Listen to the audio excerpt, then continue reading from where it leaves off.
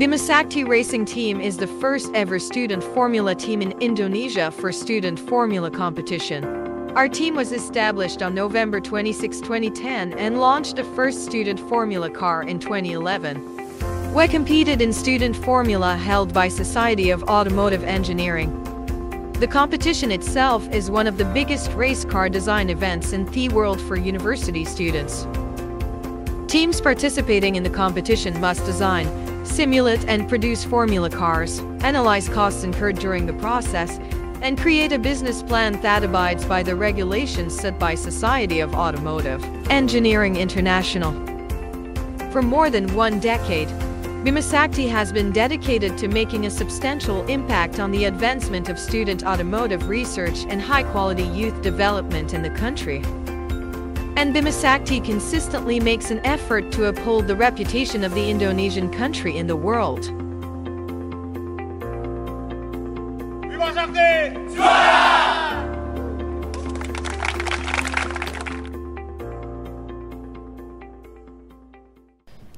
Sobat FT, kembali kita bertemu di podcast Grafika.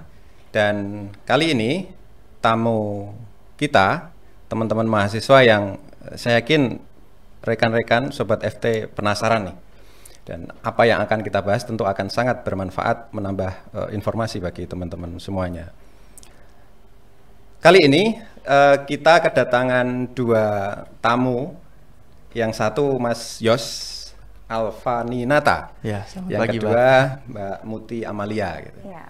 Kedua tamu kita ini tergabung dalam sebuah tim di Fakultas Teknik yang banyak orang, saya yakin banyak orang yang tahu gitu. Tim Bima Sakti gitu kan. Selamat datang Mas Yos dan Mbak Muti di podcast Grafika. Terima kasih. Selamat pagi, Pak. Gimana, sehat? Sehat, alhamdulillah, Pak. Gitu kan. Masih tetap semangat ya. Tetap semangat, Pak. Menyongsong berbagai kompetisi gitu kan.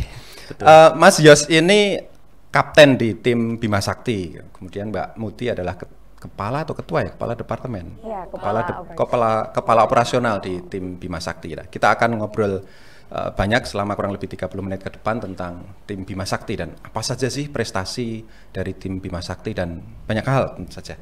Baik, Mas Yos, Mbak Muti gitu. Bima Sakti, kalau saya sendiri sih dengar kata Bima Sakti ya galaksi gitu, Bima Sakti gitu kan. Tapi kemudian kita browsing, kita cari tahu gitu kan, dan saya yakin teman-teman juga sudah tahu Bima Sakti kalau di Fakultas Teknik itu identik dengan balapan ya. Mobil nih. Oke. Bima Sakti. Apa sih sebenarnya Bima Sakti dan bisa cerita nih kenapa itu dibentuk gitu kan? Mas Yos atau Mbak Muti ini? Mas Yos, oke, silakan. Ya.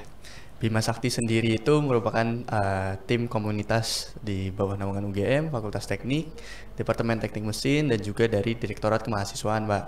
Kami itu dibentuk pada tahun 2010, diprakarsai oleh waktu itu ada dengan Pak Fauzun, ada juga dengan Pak Jayan waktu itu untuk kompetisi Formula Student Society Automotive Engineering FSAE. Itu diprakarsai oleh dosen-dosen kami di Departemen Teknik Mesin dan Industri, terutama program studi Teknik Mesin. Kemudian kami basisnya ikut kompetisi di Formula Student ini di berbagai negara, dan udah ada berbagai negara yang sudah kami ikuti juga, seperti itu, Pak. Ya, basisnya mungkin singkatnya adalah kami komunitas yang mengikuti lomba, basisnya adalah mobil balap cepet-cepetan di sana. Dan kalau dibanding dengan universitas lain, mobil balap di universitas yang dibangun oleh teman-teman mahasiswa ini yang keberapa ini? Kami ini sudah masuk ke tahun 13 kami, Pak, dan ini adalah mobil ke-12-nya kami yang kami berangkatkan. Sebelum Bima Sakti ada nggak? Sebelum Bima Sakti yang paling pertama, Pak, baik dari UGM maupun di Indonesia. Di Indonesia kami yang pertama, tim Formula Student paling tua di Indonesia. The first Formula Student ya, diprakarsai oleh kami. Kemudian ada juga dari berbagai teman-teman dari universitas lain juga yang akhirnya mengikuti langkah kami untuk bisa berkompetisi di Formula Student ini, Pak. Oke. Tahun 2010 lahir dan ini adalah generasi ke-12 ya. 12 berarti ada 1 tahun yang tidak ada generasinya. Iya, Pak, itu kami sempat melakukan riset besar-besaran di tahun 2015. Kami sempat tidak ikut lomba. Waktu itu kami riset di bagian aerodinamika juga. Kami ambil 1 tahun untuk vakum sehingga nanti bisa ada berbagai improvement di mobil kami di tahun 2015 itu, dan itu terbukti dari ranking kami yang naik cukup banyak di kompetisi itu ya. Itu. Oke, sebelum masuk ke kompetisi dan lain sebagainya, lo tujuan besar dari pembentukan tim Bima Sakti itu sendiri apa nih, Mbak Muti mungkin ya? Oh ya, mungkin kalau tujuan utama yang pertama banget kan untuk mengikuti kompetisi ya Pak. Namun kami juga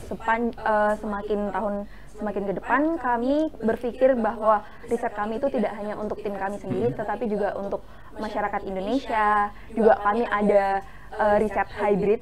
Kami memulai riset hybrid, menjadi tim pertama yang melakukan riset hybrid ini, dan diharapkan untuk riset ini juga bisa kami terapkan untuk di infrastruktur Indonesia yang mungkin lebih cocok untuk hybrid di sini. Gitu. Oke. Berarti apa riset yang dilakukan oleh teman-teman Bima Sakti mestinya tidak berhenti di riset dan untuk kompetisi saja gitu. Tapi ada tujuan ke depan. Anggota dari tim Bima Sakti itu dari mana saja? Kalau anggota dari tim Bima Sakti itu sebenarnya bisa dari seluruh fakultas, Pak. Fakultas tidak hanya teknik ya berarti ya? Tetapi mayoritas memang dari teknik. Nah, kalau dari Bima Sakti sendiri itu kan dibedakan dari tim teknis dan juga tim operasionalnya sendiri. Nah, kalau dari tim teknis itu memang hampir seluruhnya dari teknik mesin, tetapi juga ada dari Elins dan elektro. Nah, kalau dari operasionalnya ini berbagai macam fakultas teknik ada di sana. Ada dari teknik biologi, industri, informatika juga ada. Karena di sana itu kita mempersiapkan untuk keberangkatan tim, dan juga dari perlombaan statiknya, dari bisnis plan-nya juga kami mempersiapkan dari tim operasional ini sendiri. Gitu. Kalau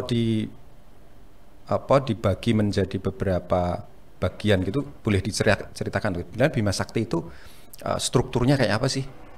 Kan kalau terlihat di kasat mata kan ada, ya jelas itu ada yang mengendarai mobil gitu kan. Tapi bentuk strukturnya itu kayak apa, sehingga mungkin kita bisa tahu nih kalau teman-teman mahasiswa itu mau masuk itu di bagian mana gitu. Oke. Mungkin kalau dari Bima Sakti sendiri itu ada kapten Mas Yos, kapten, dan membawahi kepala departemen operasional dan kepala departemen teknis. Nah, dari kepala departemen teknis ini nanti juga membawahi beberapa divisi lagi, ada aerodinamika, terus juga ada powertrain, engine, dan lain sebagainya. Terus kalau misalnya dari operasional ini membawahi sponsorship, persuratan, keuangan, dan divisi statik gitu kan. Administratif ya? Iya, administratif. Teman-teman yang non teknik dan non MIPA misalnya gitu bisa masuk di operasional itu? Bisa sekali. Di operasional ini sebenarnya bebas dari mana aja, karena misalnya dari media and publikasi, nanti dari manajemen gitu juga bisa masuk, atau juga dari pokoknya daerah Visipol gitu bisa masuk. Teknis pun sebetulnya bisa, Pak, karena memang itu sudah terbukti. Kami tidak hanya dari fakultas teknik maupun dari program studi mesin maupun program studi dari MIPA juga ya Pak, tapi sudah ada yang dari sekolah vokasi juga yang bergabung di kami. Dan itu tidak menutup kemungkinan kami kualifikasinya secara equal, adil gitu Pak. Jika memang qualify untuk bisa ikut di tim kami, bisa menyimbangi kami yang dari teknik mesin misalkan ya, akan fair gitu Pak, akan kami terima. Berarti entah itu dari fakultas teknik atau kalau yang divisi teknik ya, atau dari vokasi, itu yang penting kualitas. Yang penting kualifikasinya masuk akan bisa. Nah, kalau dari luar teknik dan luar sekolah vokasi ini, yang dari mana saja? Fakultas apa, Mbak? Yang sosial misalnya? Kalau tahun ini memang nggak ada, tapi pernah dulu itu dari manajemen. Dari manajemen dia megang business plan presentation-nya statik di divisi statik. Terus juga ilmu komunikasi, bahkan dari kedokteran pun dulu juga pernah ada yang ikut gabung juga. Sangat dimungkinkan berarti ya. Jadi teman-teman dari kedokteran, dari Visipol gitu kan, semua bisa. Itu punya kesempatan yang sama untuk bergabung. Ya tentu saja ada bagian-bagian tertentu yang sesuai gitu ya. Nah kalau Yos sama Muti ini masuk Bima Sakti itu motivasinya apa nih? Siapa? Yos dulu deh.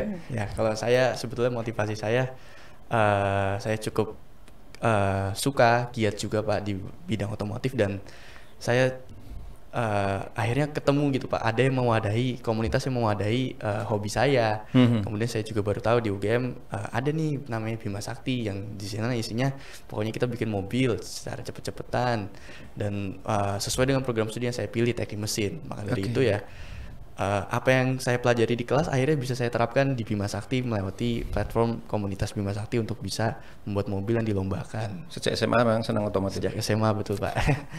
Teknik mesin berarti ya? Teknik mesin. Kalau juga, Muti Pak, sendiri saya teknik? bisnisnya. Industri, Oh, industrinya, oke. Teknik industri. Kalau mungkin dari saya itu juga mungkin mengimbangi dari akademik kan pasti nanti kalau di dunia kerja pasti berkaitan banget dengan kerjasama dengan orang lain. Apalagi kalau teknik industri kan menghubungkan antara orang Oke. dengan sistem yang Iya. dimana itu bisa diasah juga sih di dalam Bima Sakti. Iya, artinya apa yang didapat di kelas gitu, Iya. itu bisa juga diimplementasikan ya, salah satunya di Bima Sakti. Di Atau Bima kita Sakti. belajar di Fakultas Teknik tidak hanya di kelas gitu kan, Betul, Pak. tapi ada banyak wahana yang kita bisa pakai untuk meningkatkan kualitas diri kita. Ini satu catatan nih buat teman-teman, khususnya teman-teman mahasiswa baru ya, yang mau masuk di Fakultas Teknik gitu. Oke, selama 12 generasi itu adalah mobil cepet-cepetan gitu kan, mobil untuk balap gitu, kategori mahasiswa. Kemudian memang proyeksinya adalah untuk kompetisi. Sudah pernah kompetisi di mana saja, dapat apa? Dan dapat apa ya? Mungkin kalau Bima Sakti sendiri dulu memang base kompetisinya itu ada di Jepang. Oke. Dari pertama kali 2011 itu kami di Jepang, terus juga kami selama pandemi kami nggak menyerah juga karena kan dari Jepang tiba-tiba juga ditutup juga kan Oke. Pak. Jadi kami mengikuti kompetisi secara online itu ada di Formula Barat dari India dan Formula Australia. Nah itu di sana kami juga memborong beberapa penghargaan juga. Terus juga waktu era new normal, kami mulai berani menjadi tim pertama yang mengikuti kompetisi di Eropa. Karena menurut kami itu juga selain tingkat kompetitifnya, di sana itu lebih tinggi Pak. Jadi kami mengikuti di Belanda tahun kemarin dan juga tahun ini rencananya di bulan Juli besok di Formula Student Italia. Enggak, maksudnya peserta pertama itu di Indonesia yang berkompetisi di Eropa tadi. Iya betul. Oke, sebelumnya belum ada itu ya? Sebelumnya belum ada. Pertimbangan apa itu kemudian harus ke sana? Kalau Sorry, sebelumnya kan tadi di Jepang ya, Iya. kemudian memutuskan untuk ekspansi ekspansi kompetisi di Eropa. Di Eropa. Pertimbangannya apa tuh, Muti? Kalau dulu itu kan kami 2021 itu kan belum ada perlombaan secara offline dari Jepang sendiri, dan kami memulai mencari informasi kompetisi di Eropa itu udah pada buka semuanya, dan kami melakukan pendaftaran di berbagai kompetisi, dan di sana itu menggunakan kualifikasi, ada kuis, semacam kuis, yang lolos kuis baru bisa ikut perlombaan. Jadi tingkat kompetitifnya di sana itu lebih tinggi kalau menurut kami. Oke, prestasi yang pernah diraih. Kalau prestasi yang pernah diraih itu di Formula Student Belanda kemarin, kami juara 1 business plan presentation, dan secara overall kami juara 7, top 7. Top 7 Dari secara sekian 30 peserta ya, tim. dan itu peserta Iya. tingkat dunia ya. Iya. Tingkat dunia 30 tim dari berbagai negara 30 terutama di tim? Eropa. 30 tim. 30 tim dari berbagai, itu dari universitas Ya, semua ya. Ukraina, Italia, Spanyol, Jerman, semua dapat nanti kumpul di sana. Peringkat 7 ya tadi ya. Peringkat Iya. 7. Tapi ada juga yang peringkat 1 di bisnis plan-nya. Di business plan. Oke, luar biasa. Dan teman-teman lihat ini ada beberapa trofi yang dibawa oleh teman-teman Bima Sakti gitu kan. Pasti ada pengalaman nih di kompetisi luar negeri itu kan. Ada pengalaman menarik nggak? Dinamikanya kayak apa sih sebenarnya gitu? Kalau yang saya temukan itu Pak, mungkin orang-orang secara awam taunya Indonesia nih kayaknya masih terbelakang ya, maksudnya kayaknya kita kalah deh dari Eropa dan segala macam ya. Tapi ada yang bisa kami buktikan melalui media komunitas Bima Sakti ini ketika kita membawa mobil kami di sana. Ternyata mobil kami cukup bisa ditampilkan dan cukup bisa kompetitif gitu Pak, dibandingkan disandingin dengan negara-negara Eropa lainnya. Kami bisa bertukar informasi juga, dan buktinya kami juga bisa menyabet gelar juga gitu Pak di sana. Jadi maksudnya mungkin teman-teman yang mungkin berkecil hati mungkin nanti sekiranya berlomba untuk internasional, tapi ya mudah-mudahan kita bisa menginspirasi untuk teman-teman di sana untuk kita bisa membawa nama Indonesia kalau kita tuh nggak kalah dari negara-negara Eropa lainnya loh, seperti itu sih Pak. Iya, oke. Ini posisinya kan teman-teman belum ke sana ya, sehingga kalau ditanya pengalaman di sana belum tahu ya. Tapi kalau dari cerita-cerita, saya yakin ada ya cerita-cerita sebelumnya dari generasi sebelumnya itu. Kalau Muti sendiri apa sih yang paling menarik? Kalau saya kebetulan belum pernah ikut lomba, Oke. dan tahun pertama tahun pertama untuk mengikuti lomba ini di tahun ini. Tapi kalau di Bima Sakti sendiri itu pengalaman yang menarik juga, kita banyak ketemu dengan beberapa pejabat dan juga perusahaan, dan di sana kita bisa menyampaikan riset kami. Ternyata banyak juga yang mendukung riset kami di Indonesia ini, kayak gitu sih. Oke, artinya ada peluang-peluang kita bisa berkomunikasi dengan orang-orang yang pengambil kebijakan dan seterusnya, dan saya kira itu jadi salah satu celah untuk pengembangan ke depan juga untuk Bima Sakti ya. Oke, Muti dan Yos, kita coba masuk ke risetnya Bima Sakti ini. Saya yakin di 12 generasi gitu menghasilkan mobil untuk sebuah proses kompetisi dan lain sebagainya tadi, termasuk bisnis plan, itu bukan perkara mudah lah, bukan perkara mudah. Sulit, tapi ternyata teman-teman bisa dapat dapat award macam-macam gitu kan. Nah, bisa cerita nggak sebenarnya untuk menghasilkan sebuah mobil gitu, itu proses risetnya seperti apa sih? Oke. Yang pertama kami biasa lakukan adalah Pak, evaluasi yang kami lakukan di tahun sebelum-sebelumnya.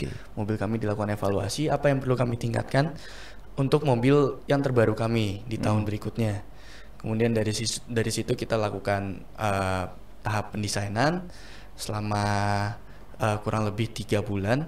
Kemudian baru kita masuk ke bagian manufaktur, seperti itu Pak. Kemudian dari segi manufaktur kita perlu melakukan validasi melalui uji tes running mobil yang kami lakukan biasanya dalam waktu 2 bulan, seperti itu Pak.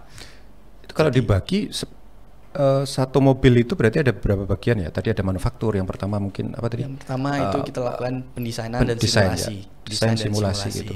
Kalau overall butuh waktu berapa lama untuk menghasilkan satu mobil? 1 tahun itu kami aktif untuk mengerjakan mobil Pak. Untuk satu mobil mungkin kami gunakan sekitar 9 bulan, 3 bulannya itu untuk pengujian. Kalau teknologi di dalam mobil Bima Sakti sendiri itu bisalah diceritakan. Saya kira teman-teman yang dengar podcast ini juga penasaran. Apa sih yang bisa diimprove oleh seorang anggota tim Bima Sakti ketika mendevelop sebuah mobil gitu? Ya mungkin kita masuk lebih ke teknisnya lagi ya Pak ya. Mungkin ke dalamnya itu kita kan basisnya formula gitu Pak. Formula di mana dari sini kenceng-kencengan, adu balap dan segala macamnya. Dan di sana misalkan yang bisa saya sebutkan contohnya adalah dari sisi aerodinamika. Aerodinamika mobil di mana nanti akan ada gaya gesek antara mobil dengan udara. Gimana caranya kita bisa meminimalisir gaya gesek itu, kemudian gimana caranya kita bisa mengkonvert dari tabrakan udara mengenai mobil itu menjadi sebuah keuntungan bagi kami untuk menambah daya cengkeram pada mobil dan segala macamnya. Itu kami berinovasi di bagian sisi aerodinamika. Kami tambahkan sayap belakang, sayap depan, samping dan segala macamnya. Gimana supaya pendinginan mobil itu tetap baik, itu juga menggunakan aerodinamika device pada mobil kami seperti itu. Dan kami juga itu mungkin masih belum banyak pengembangannya di Indonesia, dan kami salah satu pelopor juga, dan bahkan mungkin di tim Formula Student dibandingkan tim-tim universitas lain, kami merupakan pelopor untuk tim yang menggunakan aerodinamika ini. Sisi aerodinamika kami pikirkan, kami inovasikan juga di situ. Itu untuk yang generasi terakhir ini ya? Itu sudah kami mulai dari generasi ke-7 Pak. Dan semakin ke depannya kami lakukan pengembangan, riset lagi, apa yang bisa kami evaluasi lagi, bentuk wingnya dan segala macam seperti itu. Kalau yang generasi terakhir ini, Mas Yas dan Mbak Muti, apa pengembangan ini, kalau boleh boleh dibocorin dikit ya, pengembangan yang bisa membuat teman-teman optimis ini untuk menatap kompetisi di Italia. Ini kalau saya lihat komentar di Instagram waktu launching kemarin itu kan, yang kayaknya collab ya sama Instagramnya fakultas itu. Ada yang komentar ini, wah ini desain terbaik ini selama ini itu kan, pengecatannya atau apa itu namanya, pokoknya paintingnya itu bagus katanya. Itu kalau dari sisi yang kasat mata saya ya sebagai orang awam. Apa saja pengembangannya untuk yang Gen 12 ini? Untuk generasi terakhir, Ya, generasi yang terakhir ini untuk kita bisa masuk ke dalam lebih ke teknisnya ya Pak. Kita juga melakukan pengembangan di bagian ban. Tentunya ban misalkan kami ubah ukurannya menjadi lebih kecil. Itu upayanya adalah kita bisa mengimbangi torsi dari mesin itu sendiri. Kemudian dari mesin ini kita lakukan remap engine. Kita lakukan berapa sih aliran udara yang diperlukan untuk engine ini di RPM sekian, berapakah kadar bensin yang dibutuhkan yang harus disemprotkan oleh injektor dalam RPM sekian. Itu dari sisi permesinan dan segala macamnya Pak. Kemudian dari sisi aerodinamika tentunya Pak, yang sudah yang kami lakukan inovasi terus, kami tambahkan sayap-sayap di samping untuk bisa menambah daya cengkeram pada mobil. Sayap belakang juga bagaimana caranya kita bisa menambah daya cengkeram ban, kemudian tapi bebannya tidak terlalu besar.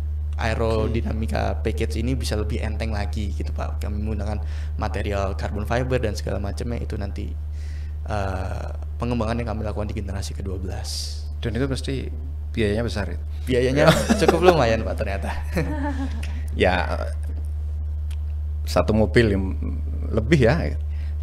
Maksudnya satu harga mobil lah, bisa jadi lebih gitu. Oke, Mbak Muti, makasih Mas Yos.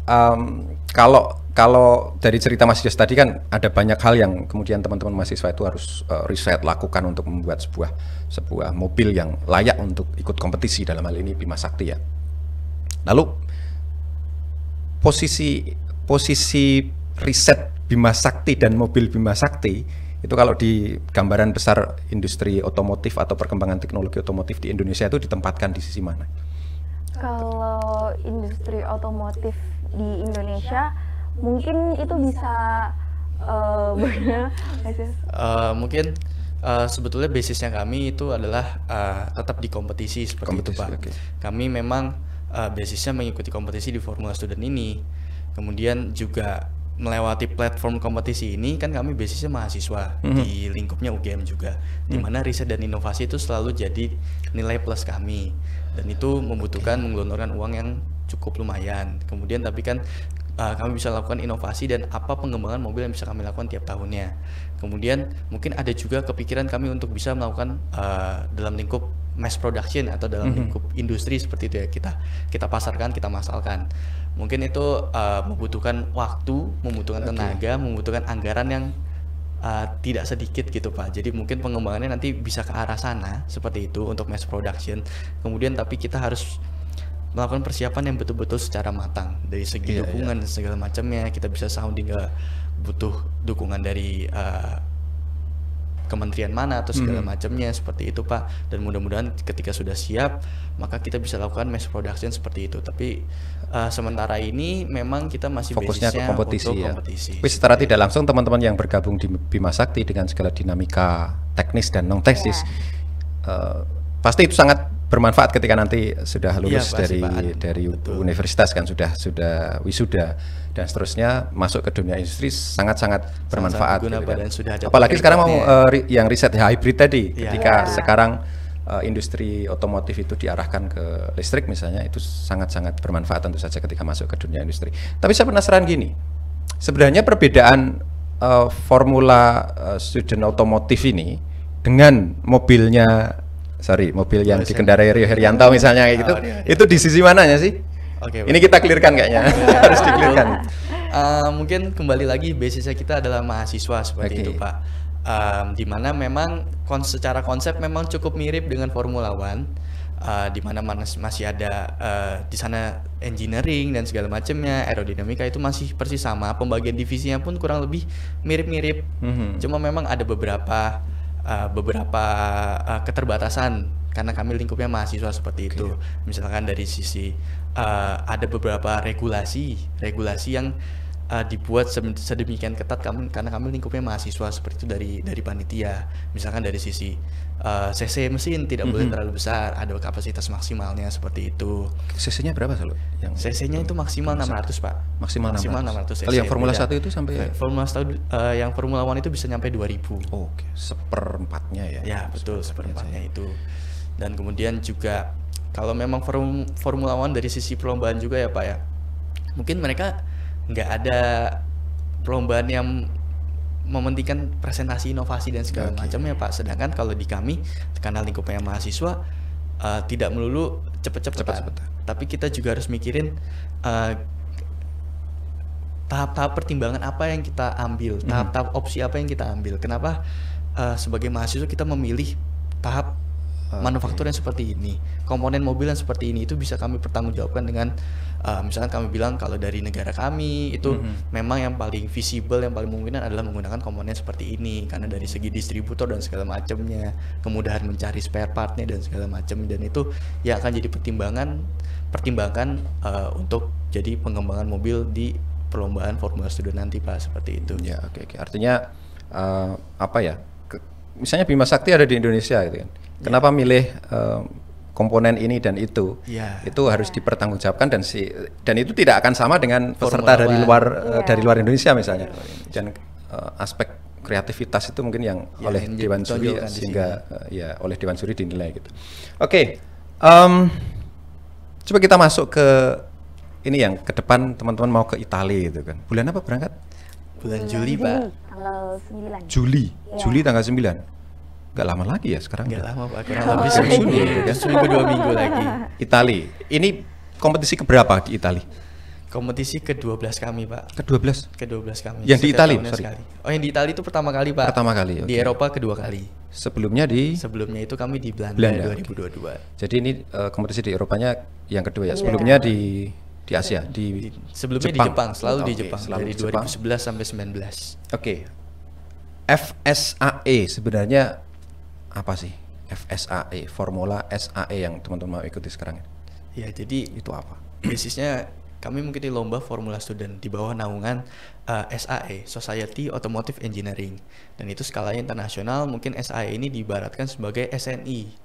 Standar nasionalnya Indonesia di sini yang mewadahi mungkin license ya, dan juga safety untuk otomotif di Indonesia seperti itu. Kemudian SAE itu ya kurang lebih seperti itu. Kemudian basisnya adalah Formula Student ini mengambil kiprahnya mungkin dari Formula One juga, cuma mungkin di beberapa regulasinya tadi seperti dibatasi. Kemudian nanti kami membawa nama universitas kami masing-masing dari berbagai negara. Formula Student ini nantinya terbuka untuk seluruh negara. Dan misalkan di Jepang itu dari negara Asia kebanyakan, kemudian di Eropa ini nanti saingan kami ya adalah banyaknya negara-negara Eropa, dan yang dari luar Eropa itu hanya ada 3 negara gitu. Tadi ada dari Mesir, ada dari Turki, dan dari Indonesia kami sendiri. Kemudian dari Eropanya itu nanti akan ada banyak, ada sekitar mungkin ada 26 sampai 27 universitas tim. Dengan universitasnya masing-masing. Dari Jerman mungkin ada 2, dari Italia mungkin nanti ada 2 juga, dari Spanyol, dari Belanda sendiri juga nanti semuanya kumpul. Jadi bersaingnya dengan tim-tim di Eropa ya, dan bukan sekedar 1-2 tim, puluhan gitu kan. Kalau waktu di Belanda sendiri juga banyak Pak pesertanya. Kami semua 30 tim total. Di Belanda waktu itu? Di Belanda ada 30 tim dari berbagai negara. Dari luar Eropa itu ada 2 dari Dubai dan dari Indonesia waktu di Belanda kemarin. Seperti itu. Oke, Muti, persiapan apa ini yang sudah dilakukan untuk di Italia? Untuk keberangkatan sendiri sudah mencapai mungkin 95%, dan kami juga masih struggle untuk memenuhi kekurangan kami terkait pembiayaan yang tentunya membutuhkan cukup besar. Dan mungkin di sini saya sekalian menyampaikan juga kalau mungkin ada yang bisa membantu kami, kami masih kekurangan terkait akomodasi kami di Italia besok, dan itu sangat kami terima dengan senang hati seperti itu. Tapi bantuannya tuh tidak perlu melulu terkait mungkin finansial, tetapi juga bisa koneksi yang ada di sana. Tidak selalu memberi dana ya, tapi ada banyak hal yang bisa dipakai untuk kontribusi gitu kan. Kalau masih punya beberapa PR ya, tapi kalau terkait dengan targetnya, lupakan dulu beberapa PR tadi. Punya target apa ini? Mudah-mudahan kami bisa menyabet gelar lagi Pak, seperti kompetisi-kompetisi sebelumnya yang sudah kami lakukan. Kami hampir setiap tahunnya tidak pernah absen untuk bisa menyabet sebuah gelar gitu Pak. Contohnya dari berbagai piala yang sudah kami bawa, dan mudah-mudahan ya kembali di Formula Student Italia ini kami bisa membawa gelar lagi ya Pak, dan tentunya bisa membuktikan kalau Indonesia tuh kompetitif loh di luar negeri, dan kita bisa juga membawa nama Indonesia, bendera Indonesia kami bentangkan nanti di negara Eropa, Italia seperti Pasti itu. sangat membanggakan. Oke, bicara tentang gelar, kalau di Formula 1 ya udahlah, siapa yang cepat dia akan dapat juara gitu kan. Kalau di Formula Student ini tadi ada business plan dan lain sebagainya. Ada berapa gelar sih yang Cabang. biasanya diperebutkan itu?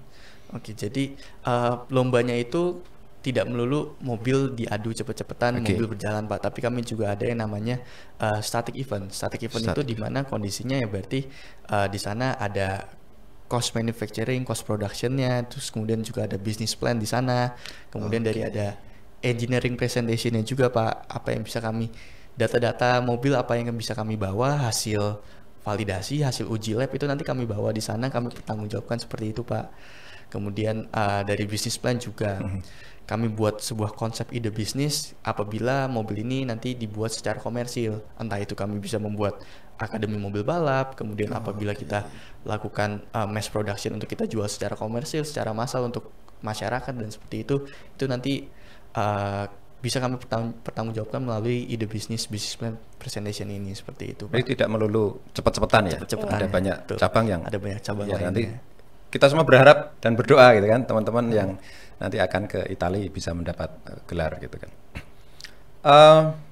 Kalau ini tantangan-tantangan terbesar dari Bima Sakti sendiri gitu, dengan berbagai saya yakin teman-teman kan punya proyeksi masing-masing ini. Saya di Bima Sakti harus begini, dan Bima Sakti sendiri ketika tadi ke Italia maka kita punya target begini-begini gitu. Tantangan-tantangan apa saja yang teman-teman harus hadapi untuk itu gitu. Mungkin tantangan Bima Sakti itu Pak yang terbesar ini sekarang ini adalah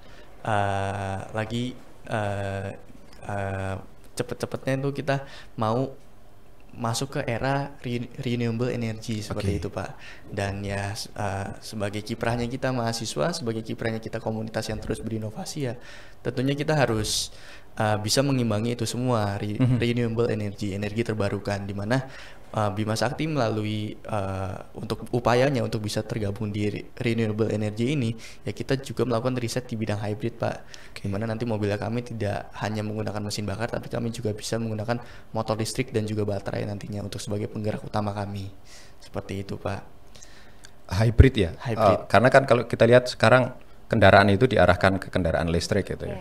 Kalau teman-teman tadi ya juga cerita ya, di Bima Sakti itu kita harus ngitung berapa bensin untuk dan seterusnya kan, berarti betul. bahan bakarnya masih bensin gitu kan. Ketika nanti mau hybrid berarti harus ada riset lagi. Ada riset. Nah, nanti hubungannya dengan teman-teman yang di mobil listrik gimana nih? Proyeksi ke depan ini.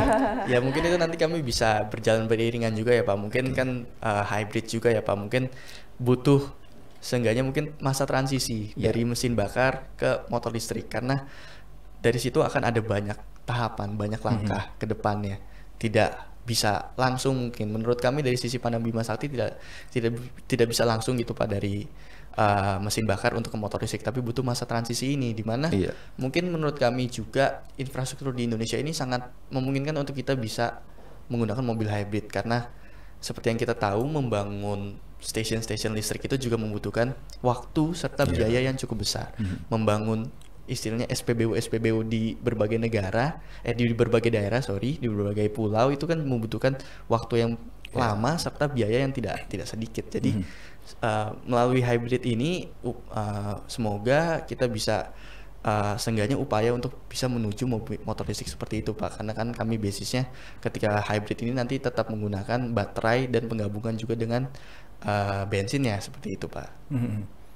Ya, artinya selain itu teman-teman di Bima Sakti dan juga di tim mobil listrik pasti keduanya punya pengalaman unik masing-masing ya. Betul. Hasil akhirnya kalau toh kemudian nanti memang harus mobil listrik gitu kan, saya kira punya kelebihan masing-masing yang bisa dikombinasikan.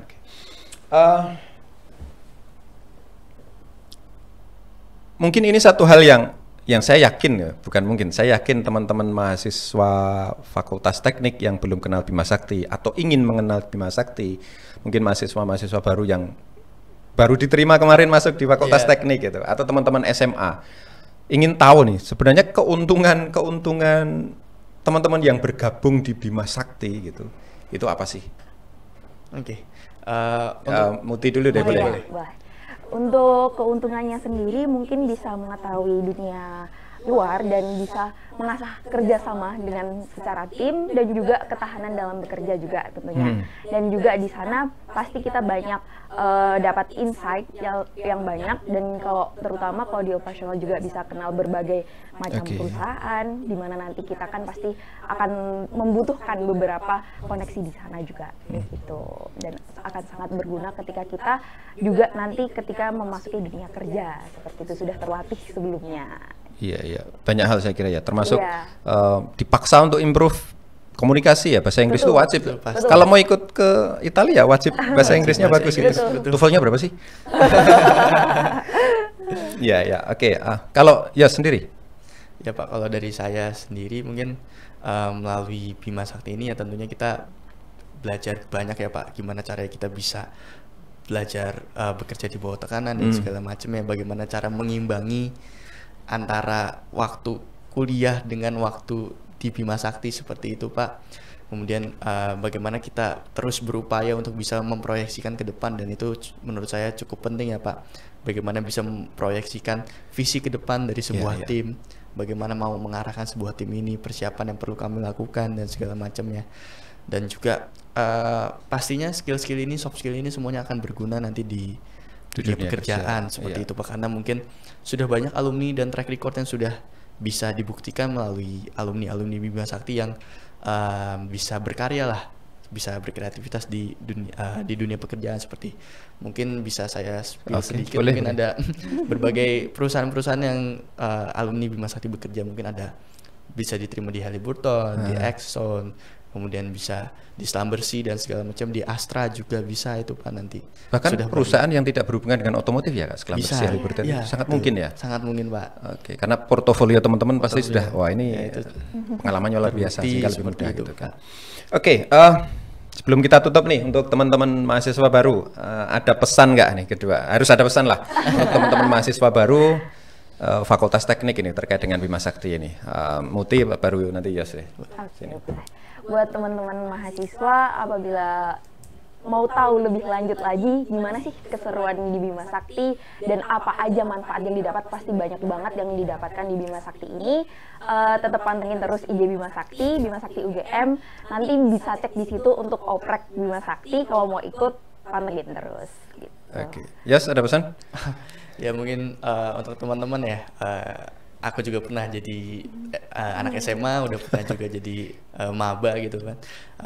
Ya kita juga bisa melihat-lihat keadaan di UGM gitu, maksudnya ada berbagai platform yang bisa kita melakukan pengembangan diri di berbagai platform itu. Di manakah platform yang paling tepat, dan mungkin sekiranya Bima Sakti adalah rumah bagi kalian ya. Saya mengundang teman-teman mahasiswa maupun teman-teman SMA yang mungkin nanti mau gabung di Bima Sakti untuk bisa bergabung di kami. Mungkin bisa dicari lebih lanjut, dicari tahu lebih dalam apa sih yang kita bisa lakukan di Bima Sakti, apa sih target teman-teman semua ke depannya, apa yang pengen teman-teman dapatkan melalui Bima Sakti dan segala macamnya.